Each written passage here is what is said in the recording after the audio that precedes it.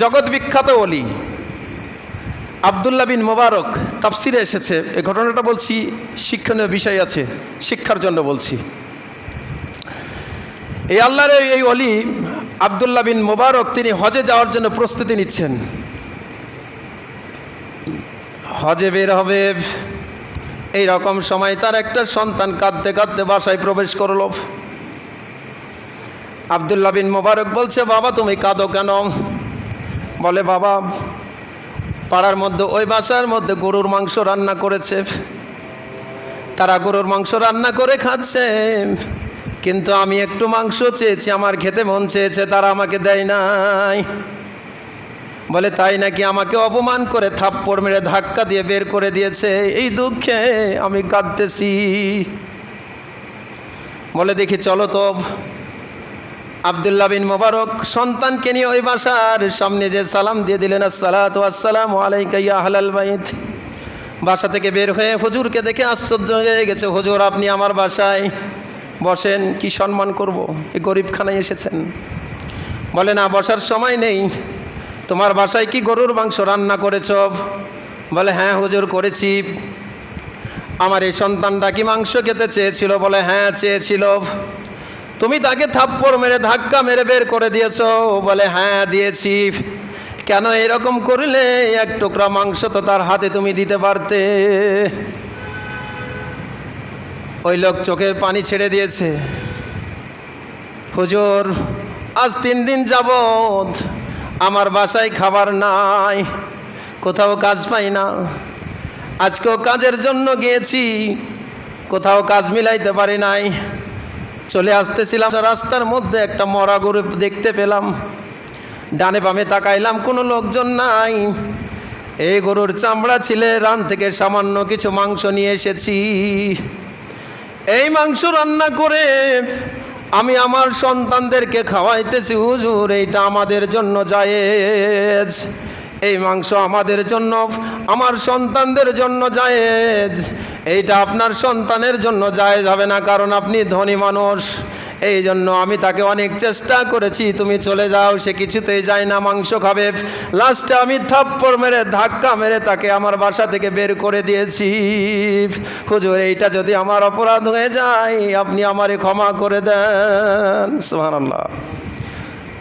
আব্দুল্লাহ বিন মোবারক বলে, আপনি এত অভাবে আছেন, আপনি আমার প্রতিবেশী, আমি আপনার খোঁজ নিতে পারি নাই। কিয়ামতের কঠিন ময়দানে আপনি আমার বিরুদ্ধে মামলা দায়ের করেন না। একটু ওয়েট করেন। আব্দুল্লাহ বিন মোবারক বাসার মধ্যে দৌড় দিলেন। বাসার মধ্যে দৌড় দিয়ে ওই হজের টাকাগুলো, সম্পূর্ণ টাকা নিয়ে এসে বলল, ভাই এই টাকাগুলো নেন। এই টাকাগুলো নিয়ে বাজার থেকে খাবার কিনে নিয়ে এসে আপনার সন্তানদেরকে খাওয়ান, আপনারা খান। আর বাকি যে টাকা রয়েছে, ওই টাকা দিয়ে আপনি ব্যবসা বাণিজ্য করে স্বাবলম্বী হয়ে যান। এই টাকা আমাকে আর ফেরত দিতে হবে না। সুবহানাল্লাহ। এইরকম মন মানসিকতা আমাদের ভিতরে থাকতে হবে। আমাদের সমাজে দেখবেন, মানুষ 1 বার হজ করেছে, 2 বার করেছে, 3 বার করেছে, এরকম ধারাবাহিকভাবে করতেই আছে। 10 বার পর্যন্ত হজ করে, 15 বার পর্যন্ত করে। কেন আপনি এতবার হজে যাচ্ছেন? ওয়েট করেন। 1 বার 2 বার 3 বার গেছেন, বাস। আপনি কখনো খোঁজ নিয়েছেন আপনার পরিবার, আপনার সমাজে গরিব লোক আছে? কখনো খোঁজ নিয়েছেন এই গরিব লোকটাকে আমার এই টাকাগুলো দিয়ে একটু ব্যবসা বাণিজ্যের একটা সিস্টেম করে দিই, তাদেরকে একটু সহযোগিতা করি?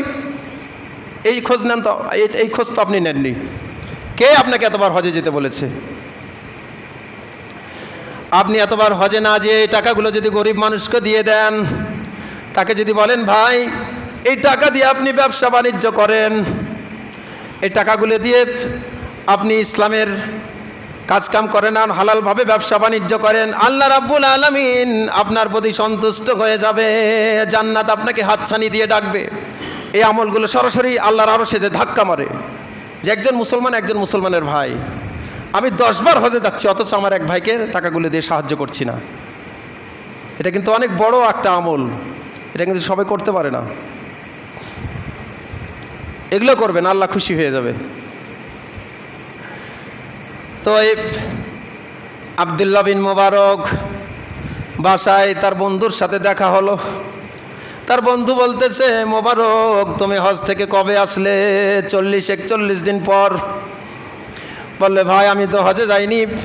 বলে, না কেন তুমি মশকরা করতেছো? আমি তো তোমাকে দেখলাম, আমি যখন খানায় কাবা তওয়াব করি তখন তুমি আমার আগে আগে তওয়াব করতেছো, আমি যখন সাফা মারওয়া দৌড়াইতেছি তখন তুমি আমার আগে আগে দৌড়াইতেছো, আমি যখন শয়তানকে পাথর মারি তুমি আমার আগে আগে পাথর মারতেছো, আমি যখন আরাফার ময়দানে তখন দেখতেছি তুমি আরাফার ময়দানেও আসো, তাহলে কেন বলতেছো আমি হজ করিনি?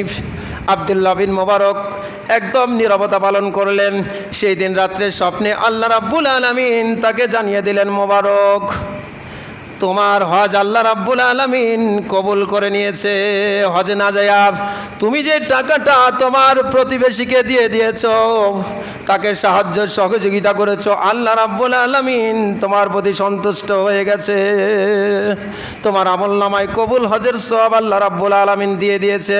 শুধু তাই নাই, তোমার উসিলায় এই বছর যত মানুষ হজে গিয়েছিল প্রত্যেকের হজ আল্লাহ কবুল করে নিয়েছেন। বলেন সুবহানাল্লাহ। এইটা হচ্ছে আমল। এই যে একজন মুসলমানকে সহযোগিতা করবে, এটা আল্লাহ বেশি খুশি হয়ে যান। আমরা এটা করতে পারি না। আমরা একজন ভাই আর একজন ভাইকে সাহায্য করি না।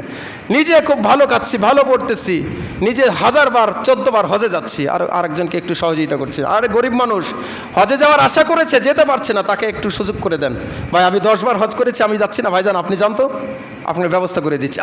আল্লাহ খুশি হয়ে যাবে আপনার প্রতি, আপনি জান্নাতি হয়ে যাবেন, আল্লাহ রসুলের ভালোবাসা পাবেন। দেখেন, হজে না যেও হজের সওয়াব তার ওসিলায় সমস্ত লোকের হজ আল্লাহ কবুল করে নিয়েছে। সুবহানাল্লাহ, সুবহানাল্লাহ। তা আমরা যারা গরিব মানুষ হজে যেতে পারি না, আমরা নিয়ত করব, সহি নিয়ত, যেটা বলেছি যে ফার্স্ট ভালোবাসার তামান্না আপনার অন্তরে থাকতে হবে আল্লাহ এবং আল্লাহ রসুলের ভালোবাসার। সেটা হবে খানাই কাবা জিয়ারত, রসুলের রোজা মোবারক জিয়ারত।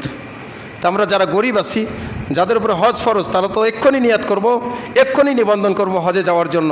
আর যারা গরিব তারা আমরা নিয়াত করব, আল্লাহ আমি গরিব মানুষ, যদি কখনো পারি তোমার খানাই কাবা জিয়ারতের ব্যবস্থা করে দিও, রসুলের রোজা মোবারক জিয়ারতের ব্যবস্থা করে দিও। এরকম সহি নিয়াত করেন।